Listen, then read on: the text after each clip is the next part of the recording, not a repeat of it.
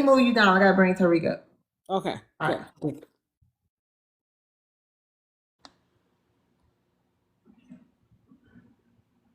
My God, it's their leader.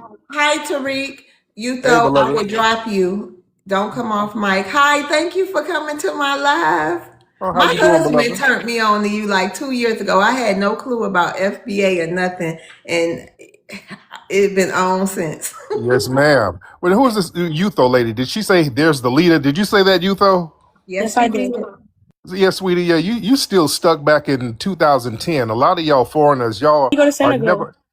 never up to date. Y'all harp on things that's way outdated. You still regurgitating outdated, debunked nonsense. Nobody's believing that leader FBA group stuff.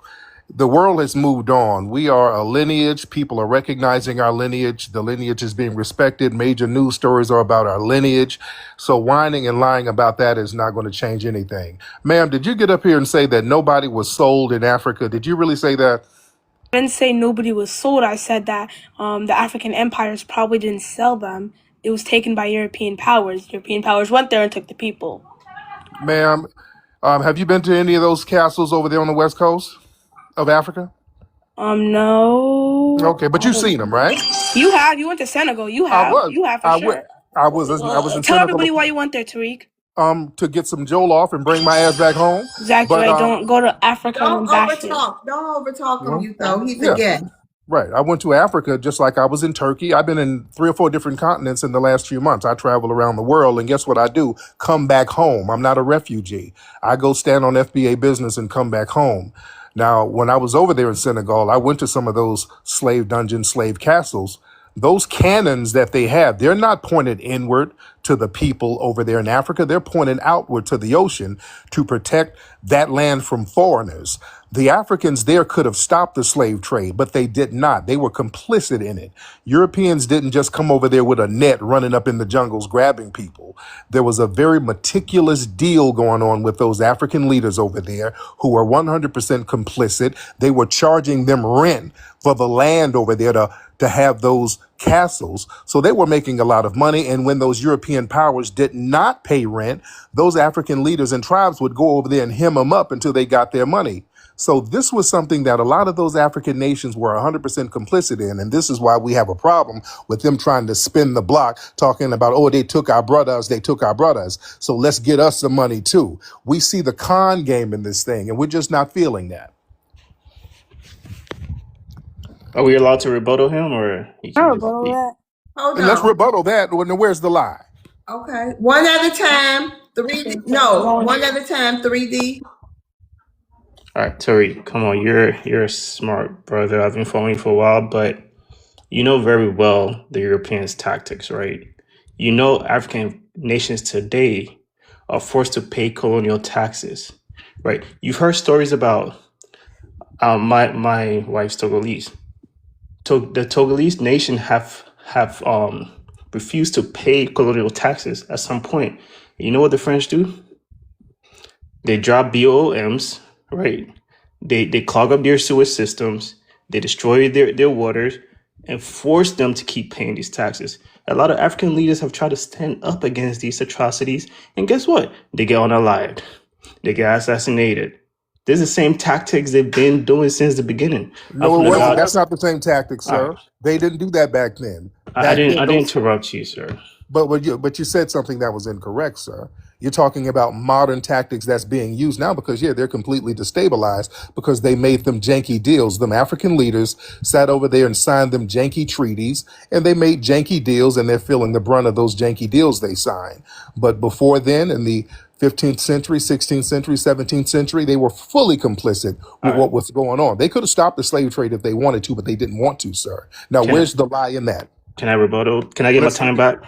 We won't spend all day questioning Tariq. You go ahead. Yo, you got 1 minute. All right. You So just cut me basically, off, but that's fine. Tariq Nasheed. I hope you're enjoying your new CIA job. I hope it's really good for you. What you got the CIA against, man? Let me continue. But what you got the CIA against? What, bushmeat and shantytowns? What do you need Kennedy the should have CIA? shut that down. What do the CIA need to do to you? Yeah, it's just Yeah, Israel, you're not that CIA. important, beloved. You don't have anything going that Just needs stop CIA interrupting, please, intervention. Tariq. But yeah, just saying Tariq Nasheed, let me talk. delusions of grandeur don't work here, beloved. Why But is the go cult ahead. leader acting like this?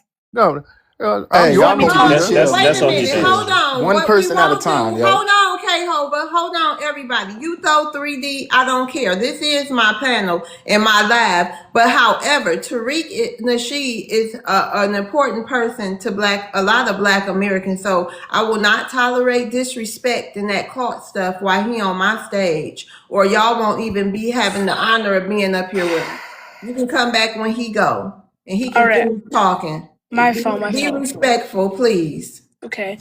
As he said, like as 3D was saying about the tactics of European powers, yes, there were some empires that sold off their people. Some, okay? But now what FBAs are trying to paint is that every African empire was selling their people to try to glorify white tea Americans and make it look like that they never did anything to Africa and they're such good people that just went there to grab some Africans to go live with them. And then they're just trying to flip the scenario and make it look like that when in truth it's really not. So with that being What? said, it's kind of clear that it was Great Britain becoming the largest trafficker during the 18th century. They transported 3 million Africans. Land your They plane. supported. They were supplying countries like North Africa, the Caribbean, and mainly the Americas. And I'll land my plane right there. And once you, Tariq, before you go, can you please just like 1 to 2 minutes, can you tell us a little bit in your opinion what's going on with this Ghana and the UN thing, and also can you answer the prompt: who is really responsible for the transatlantic slave trade? Yes. Now, to answer the prompt first, we always put all the responsibility on the European powers. It's never off with them. We always keep the focus on them. They are the main architects of the transatlantic slave trade. They were the main beneficiaries of it. They were the main architects of it. So our focus has always been on the white tea supremacists from Europe and here as well. But the problem we have with the Ghanaian thing and some of the West Africans coming over trying to say, hey, look at what they done to us. We're not going to play that game because they made deals with them. They signed treaties with them. Many of those African nations and African tribes were in business with the European powers, and they were undercutting everybody. We, as foundational Black Americans, we are the only people who have our hands completely clean morally because we never sold anybody and we've never signed any treaties with the white tea supremacists. We've never legitimized them. That's why the Ghanaians have to come over here and go to our ancestral burial grounds to try to get moral legitimacy before they can go to the UN. Ghana knew they couldn't go to the UN by themselves, because they would have got laughed up out of there because the British would have said, hey, let me show you these treaties and documents and these receipts we paid you during the transatlantic slave trade and all the money that you made. They had to force some of those African nations to stop importing and exporting people who were enslaved. Some of those African kingdoms didn't stop slavery until the 1890s. So our thing is we don't want them spinning the block trying to Africanize our reparations claim because we are foundational Black Americans. We had an ethnogenesis. We're not trying to do a global African reparations forum. We are taking our grievance specifically to the United States government as foundational Black Americans because we have a very specific claim. Rebuttal. No. Oh, Anything let else? me holler at him right quick. Okay, Please. hold on. Go. Do you want to talk to any other people, Tariq? Yeah, they come on in.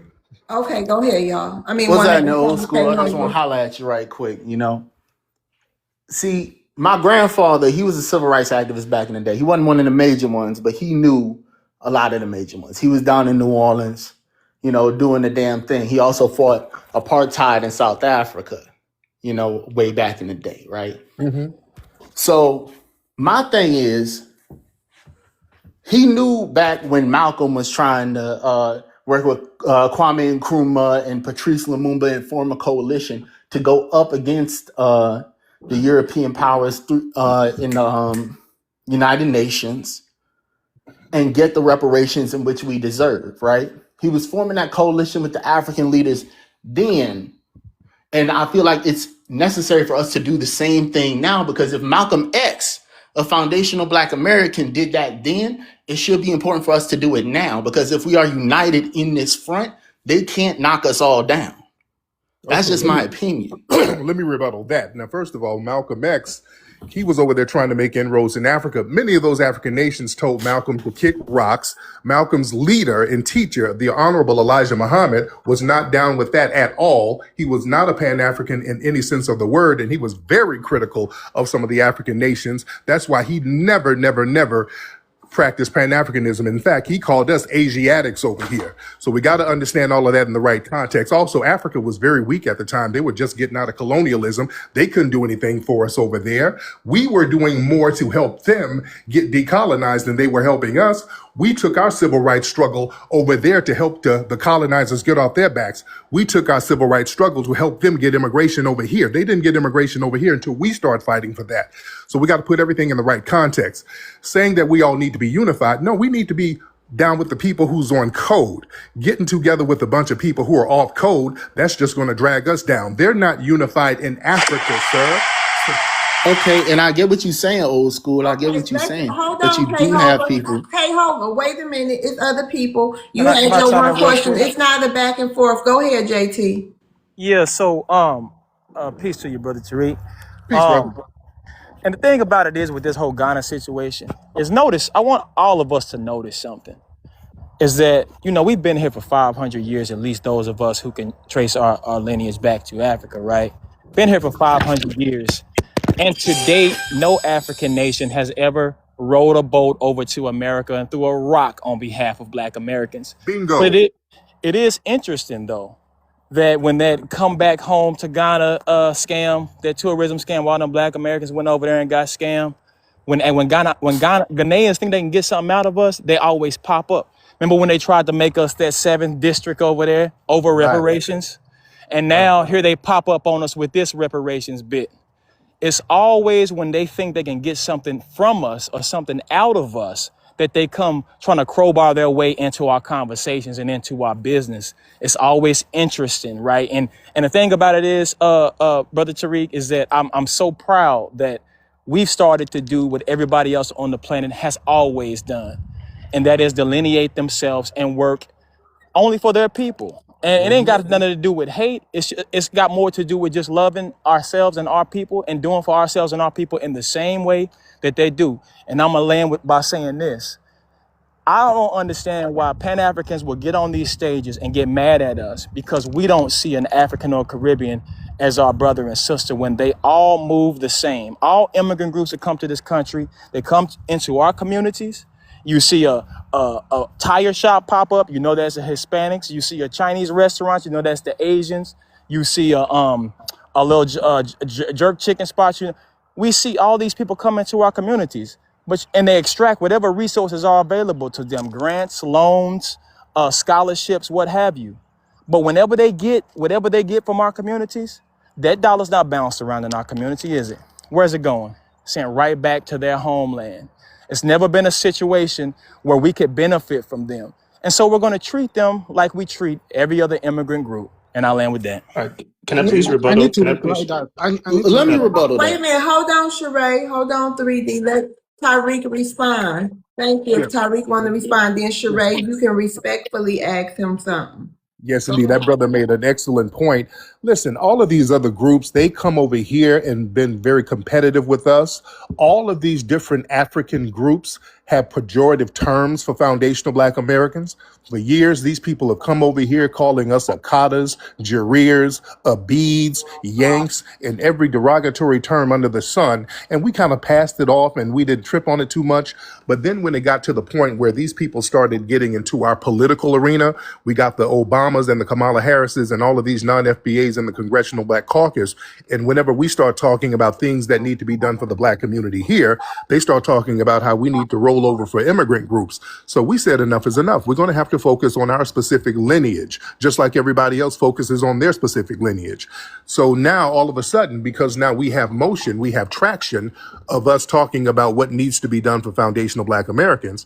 Now these other groups are trying to play this xenophobic game. We're not trying to be unified. We're not trying to be brothers and sisters. When you are not being unified on your own homeland over there in Africa. So people are just trying to spin the block on us now to see what they can get. We look at it as being very exploitive.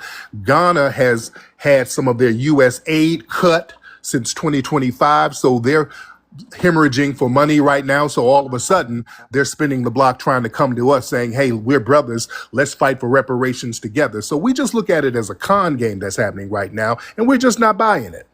Oh man, there's so much misinformation. Oh, hold on, 3D. It's not your turn. It's Sheree's turn. You already had your turn. Sheree, Tariq don't have much time, so we want to make sure everybody get to say something to him. Go ahead, Sheree. Yeah, Respectfully. right. So this is what I'm gonna say, right? First of all, Africans didn't sell anybody, right? Because I'm not gonna take the whitey story to be the story of slavery. The same whitey that went into black African community and destroyed it, right? Look at what he did to black. Look at what the government, the colonizers, look at what they did to black communities, from segregations to economic inequalities, Jim Crow. These are the same people that are telling the FBI, is it FBA? This is the same people that are telling the FBA that we sold our own people. I'm not going to take the story of the colonizers.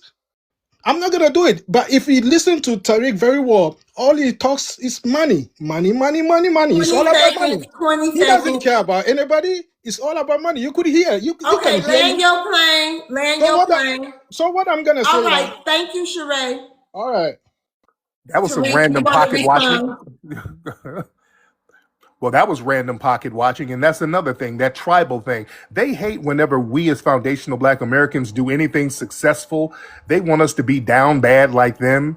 This man just brought up some money, and nobody here said anything. I didn't say nothing about no money. But there's this jealousy and vitriol that we as foundational Black Americans, we are the minority here in America, but we're still the face of global Blackness and Black success. And they have a real bug in their back about that. They are the face of global poverty.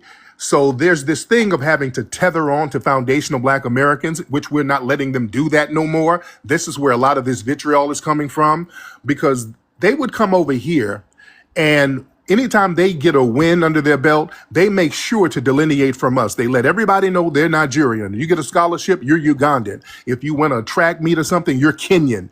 But the minute y'all start doing crimes and doing something janky, we're supposed to be all brothers in the same struggle. And foundational Black Americans are saying, no, no, no, no, no. We're going to delineate all across the board. So you're going to take all of your wins and every single one of your losses too. And we're going to take all of our wins and take them over here and put them under the FBA banner. And that's the issue that they have. So they get into this pocket watching, oh, you guys are all about money, all of these weird shaming tactics. That's just not going to work on us. Everybody has to be responsible for their own culture and their own ethnicity. We are a different ethnic group. We don't hate anybody. We don't want anybody harmed.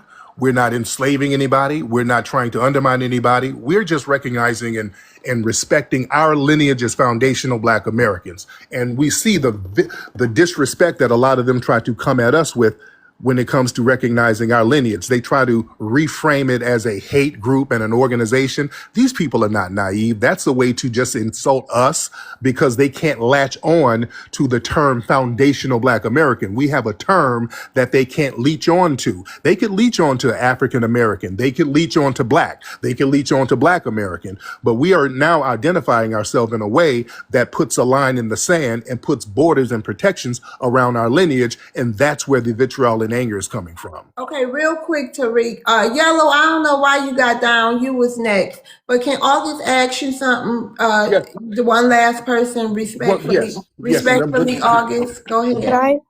No, you already asked him something. He ain't gonna be here long. Yes, I Go got ahead. 3 minutes. Yes, go ahead. Go ahead. Thank you, host, and thank you, Dr. Nasheed or Mr. Nasheed. I was going to ask you, some FBA, I'm not sure if you said this, tend to blame Africans too prominently, I think, for the slave trade. But the slave trade architects were the white Europeans, right? Right. So the Europeans would sometimes go to an African tribe, arm them with GUNs, say that attack this other tribe and get some slaves from them for us, and they would do that, and then the other tribes would start having to get GUNs from the white T's to sort of defend themselves from the tribe that had the GUNs, right? So it created like a cycle. So I feel like if the Africans are blamed too much, it takes away responsibility from the white T's who should be paying the reparations because they have the resources, because they'll just say, oh, we were just customers, right? But they are the architects of the slave system. Now, let me address that. Like I said earlier that the Europeans were the architects of the slave system. The thing is, when it comes to get redress for it and get reparations for it and get compensation for it, we can't get the people with us who were complicit. We can't bring in no damn West Africans who were sitting up here signing treaties with these white T supremacists. They were sitting up here getting paid by these white T supremacists. They were getting paid for a long time. They did get compensated. They just tricked the money off. So it makes us look weird. This is why it gets shut down. They can't go up there and try to claim that they were done wrong or there was harm done to them. They were way too complicit. We're not putting I'm not. And listen, there's 45 million foundational Black Americans, so I don't know who you talk to. You would have to ask them. I understand that the Europeans were the main architects, but I damn sure don't want Ghana trying to represent us, and they got the damn Elmina slave castle still there, which was making a lot of money since the beginning of the transatlantic slave trade. So yes, we are right to say we don't want them representing us. Don't come over here going to our ancestral burial grounds. Don't come over here with reefs and talking about we brothers and all that now because the block is hot. That's like somebody breaking in someone's house, stealing their VCR, then you break your leg falling out the window. Now you want sympathy. So there Tariq, it is. before you go, I just want to thank you so much for stopping by my live. Yesterday was my month of streaming here on TikTok, and I appreciate you so much. Thank Yes, you. indeed. I love your spirit. You got a great, great energy, beloved. So keep doing what you're doing. You do phenomenal things on here, beloved. Keep your thing. Keep doing what you do. Keep everybody in check. Keep everything going smooth. Respect to the FBA family. Y'all be good, all right? Yeah, this is the best Thank you, space on Tariq. TikTok. This is the best space on TikTok. Good Thank job, you. love. All right, thank you.